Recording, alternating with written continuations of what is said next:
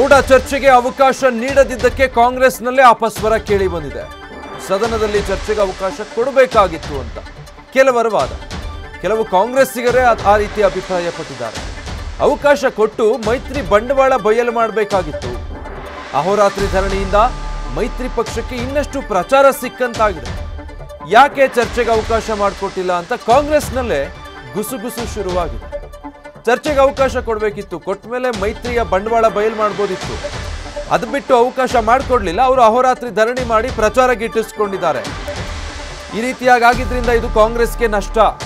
ಸದನದಲ್ಲಿ ಅದರ ಚರ್ಚೆಗೆ ಅವಕಾಶ ಮಾಡಿಕೊಡ್ಬೇಕಾಗಿತ್ತು ಅಂತ ಕಾಂಗ್ರೆಸ್ನ ಪಾಳೆಯದಲ್ಲಿ ಈಗ ಬಿಸಿ ಬಿಸಿ ಚರ್ಚೆ ಆಗ್ತಾ ಇದೆ. ಡೀಟೇಲ್ಸ್ ಕೊಡ್ತಾರೆ ಈ ಬಗ್ಗೆ ಹರೀಶ್ ಲೈವ್ ನಲ್ಲಿ ಜಾಯ್ನ್ ಆಗ್ತಾ ಇದ್ದಾರೆ. ಹರೀಶ್, ಬಿಜೆಪಿ ಮತ್ತೆ ಜೆಡಿಎಸ್ ನಾಯಕರೇನೋ ಪಟ್ಟು ಹಿಡಿದಿದ್ದಾರೆ ಸರಿ, ಬಟ್ ಕಾಂಗ್ರೆಸ್ಸಿಗರ ಈ ಅಭಿಪ್ರಾಯ ಸ್ವಲ್ಪ ಆಶ್ಚರ್ಯ ಅನ್ಸುತ್ತೆ. ಇಂಥ ಅಭಿಪ್ರಾಯ ಚರ್ಚೆಗೆ ಅವಕಾಶ ಕೊಡಬೇಕಿತ್ತು ಅನ್ನೋದು ಯಾಕೆ ಕಾಂಗ್ರೆಸ್ ಪಾಳೆಯದಲ್ಲಿನ ಗುಸುಗುಸು?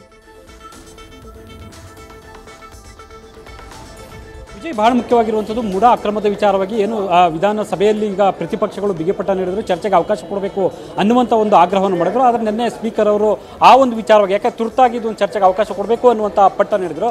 ಇದು ತುರ್ತಾಗಿ ಚರ್ಚಿಸುವ ವಿಷಯ ಅಲ್ಲ ಅನ್ನುವಂಥ ಸ್ಪಷ್ಟನೆಯನ್ನು ಕೊಡುವ ಮೂಲಕ ಸ್ಪೀಕರ್ ಅವರು ಅದನ್ನು ತಿರಸ್ಕರಿಸಿದ್ರು. ಯಾಕಂದರೆ ಇದು ಈಗಾಗಲೇ ಕೂಡ ತನಿಖೆ ನಡೀತಿದೆ, ತನಿಖೆ ಹಂತದಲ್ಲಿ ಇದನ್ನು ಕೊಡೋಕೆ ಬರೋದಿಲ್ಲ ಅನ್ನುವಂಥ ಮಾತನ್ನು ಹೇಳಿದ್ರು. ಆದರೆ ಒಂದು ಹಂತದಲ್ಲಿ ಕೂಡ ಪ್ರತಿಪಕ್ಷಗಳು ಕೊಡಲೇಬೇಕು ಅನ್ನುವಂಥ ಬಿಗಿಪಟ್ಟ ಹೇಳಿದ್ರು. ಅವರ ಹತ್ರ ಧರಣಿಯನ್ನು ಕೂಡ ನಡೆಸಿದ್ರು. ಇದರ ಬೆನ್ನಲ್ಲೇ ಈಗ ಆಡಳಿತಾರೂಢ ಕಾಂಗ್ರೆಸ್ನಲ್ಲಿ ಕೆಲ ಶಾಸಕರಲ್ಲಿ ಬಿಸಿ ಬಿಸಿ ಚರ್ಚೆ ಕೂಡ ಆಗ್ತಾ ಇದೆ. ಒಂದು ಹಂತದಲ್ಲಿ ಈಗ ಚರ್ಚೆಗೆ ಅವಕಾಶ ಕೊಡಬಹುದಾಗಿತ್ತು ಅನ್ನುವಂಥ ಮಾತನ್ನ ಎಲ್ಲೋ ಒಂದು ಕಡೆ ಕೆಲವು ಶಾಸಕರು ಕೂಡ ವ್ಯಕ್ತಪಡಿಸ್ತಾ ಇದ್ದಾರೆ. ಅದಕ್ಕೂ ಕೂಡ ಒಂದು ಸ್ಪಷ್ಟವಾದಂಥ ಕಾರಣವನ್ನು ಕೊಡ್ತಕ್ಕಂಥ ಒಂದು ಪ್ರಯತ್ನ ಆಗ್ತಿದೆ. ಯಾಕಂದ್ರೆ ಒಂದು ವೇಳೆ ಚರ್ಚೆಗೆ ಅವಕಾಶ ಕೊಟ್ಟಿದ್ದೇ ಆಗಿದ್ದಲ್ಲಿ ಸೊ ಈಗ ಬಿಜೆಪಿ ಜೆಡಿಎಸ್ನ ಶಾಸಕರು ಕೂಡ ಈ ಒಂದು ಭ್ರಷ್ಟಾಚಾರದಲ್ಲಿ ಪಾಲುದಾರರಾಗಿದ್ದಾರೆ. ಹಾಗಾಗಿ ಅದನ್ನು ಕೂಡ ಬಯಲಿಗೆಳಬಹುದಾಯಿತು, ಸದನದಲ್ಲಿ ಅದನ್ನ ಗಮನಕ್ಕೆ ತರಬಹುದಾಯಿತು. ಸೊ ಈ ಮೂಲಕ ಪ್ರತಿಪಕ್ಷಗಳ ಬಂಡವಾಳವನ್ನು ಕೂಡ ಬಯಲು ಮಾಡಬಹುದಾಗಿತ್ತು ಅನ್ನುವಂಥ ವಿಚಾರವನ್ನು ಕೂಡ ಈಗ ಕಾಂಗ್ರೆಸ್ ಪಾಳ್ಯದಲ್ಲಿ ಚರ್ಚೆ ಆಗ್ತಿದೆ. ಇಂತಹ ಒಂದು ಅವಕಾಶವನ್ನು ನಾವೇ ಕಳ್ಕೊಂಡಂತ ಆಗಿದೆ ಅನ್ನುವಂಥ ಮಾತನ್ನು ಕೂಡ ಹೇಳ್ಬಿಡ್ತಾ ಇರುವಂಥದ್ದು. ಆದರೆ ಎಲ್ಲ ಒಂದು ಕಡೆ ಸಿಎಂ ಸಿದ್ದರಾಮಯ್ಯರು ಕೂಡ ಈ ಒಂದು ವಿಚಾರದಲ್ಲಿ ಸ್ಪಷ್ಟ ನಿಲುವನ್ನು ತಳ್ಕೊಂಡಿರುವಂಥ ಹಿನ್ನೆಲೆಯಲ್ಲಿ ಯಾರು ಕೂಡ ಬಹಿರಂಗವಾಗಿ ಹೇಳುವಂಥ ಒಂದು ಪ್ರಯತ್ನ ಆಗ್ತಾ ಇರಲಿಲ್ಲ.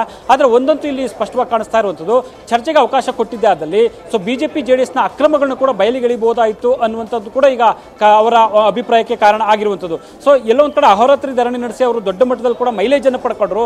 ಈ ಮೂಲಕ ಅವರು ಕೂಡ ಒಂದು ರೀತಿಯಲ್ಲಿ ಆಡಳಿತೋಡ ಕಾಂಗ್ರೆಸ್ ಅನ್ನು ಕಟ್ಟಿ ಹಾಕುವಂಥ ನಿಟ್ಟಿನಲ್ಲಿ ಮತ್ತೆ ಸರ್ಕಾರಕ್ಕೆ ಡ್ಯಾಮೇಜ್ ಆಗುವಂಥ ನಿಟ್ಟಿನಲ್ಲಿ ಕೂಡ ಒಂದು ಹಂತದಲ್ಲಿ ಯಶಸ್ವಿ ಆಗ್ತಿದ್ದಾರೆ ಅನ್ನುವಂಥ ಮಾತುಗಳು ಕೂಡ ಸ್ವತಃ ಕಾಂಗ್ರೆಸ್ ಪಾಳ್ಯದಲ್ಲಿ ವ್ಯಕ್ತ ಆಗ್ತಿದೆ.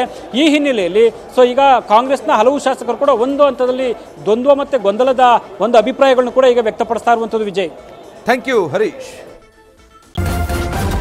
ನ್ಯೂಸ್ ಫಸ್ಟ್ ನಿರ್ಭೀತಿಯಿಂದ ನಿಮ್ಮ ಪರವಾಗಿ.